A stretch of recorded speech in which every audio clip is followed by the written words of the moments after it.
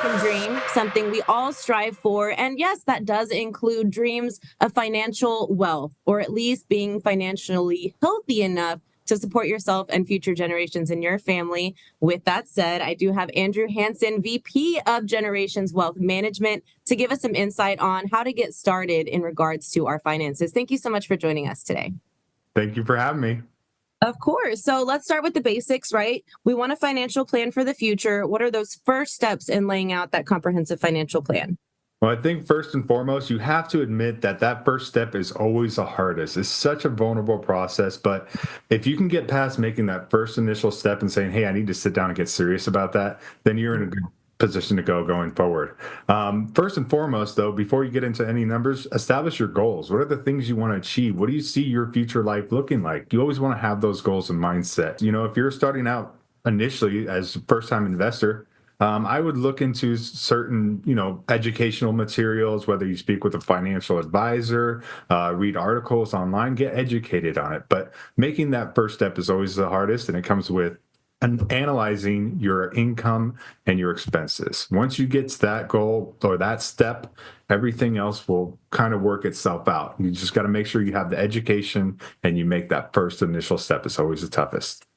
Okay, very good. And as with anything else, right, times are changing, the economy is changing. So how can we ensure that our financial plan is flexible to stay with the times? Well, you want to be as flexible as the market and as everything outside of the world. So it's important to diversify. You want to diversify a lot because, when it comes to ever-changing markets, they react differently. You want to make sure that you know how your market's going to react should something happen in the stock market or should something happen on a global level. You want to be aware of how your assets are structured and make sure that they fit your personality. If you're somebody that can afford to be aggressive, then be aware that you can afford to be aggressive. If you're somebody who hates to lose even a cent on a day, make sure and understand that you're on a conservative approach going forward. So make sure you understand how it works and that you're flexible and diversified.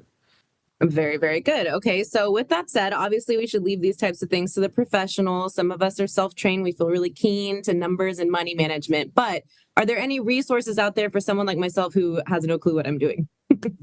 Realistically, you have online, you have the World Wide Web at your fingertips. You want to find somebody that you can trust. So you spoke to it, a financial advisor. There are financial advisors in your area that can do basically the same thing as everybody else. And education and transparency is key. I've seen way too many times where people come in and they just don't know how their stuff works because their advisor didn't explain it to them. So that would be first and foremost, is educate yourself and develop a trusting relationship with an advisor. Very good. Well, all this free advice you're giving us certainly helps us trust you. And so if anybody is looking for your help, your support, your services, how do we get in touch with you all? You can visit us at www.generationswealthmgt.com. There we have our blogs and you can reach out to us directly. Contact information is provided. Wonderful. Well, thank you so much for your time today. We appreciate your insight and look forward to all the changes we'll be able to make here for folks in our own community. Awesome. Thank you so much. You guys have a wonderful day. Thank you.